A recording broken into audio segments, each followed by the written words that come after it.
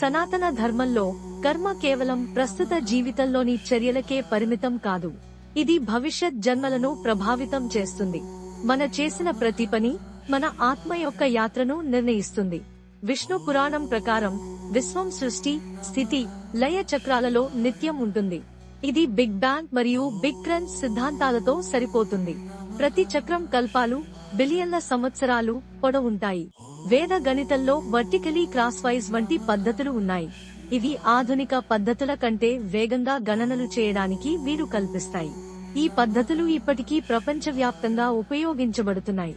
గీత కేవలం ఆధ్యాత్మిక గ్రంథం మాత్రమే కాదు, ఇది క్వాంటం మెకానిక్స్ సూత్రాలను కూడా వివరిస్తుంది. అద్వైతం, నాన్ డ్యుయాలిటీ అనే భావన క్వాంటం ఫిజిక్స్ లోని అంతర్సంబంధిత వాస్తవికత, ఇంటర్కనెక్టెడ్ రియాలిటీ తో సరిపోతుంది.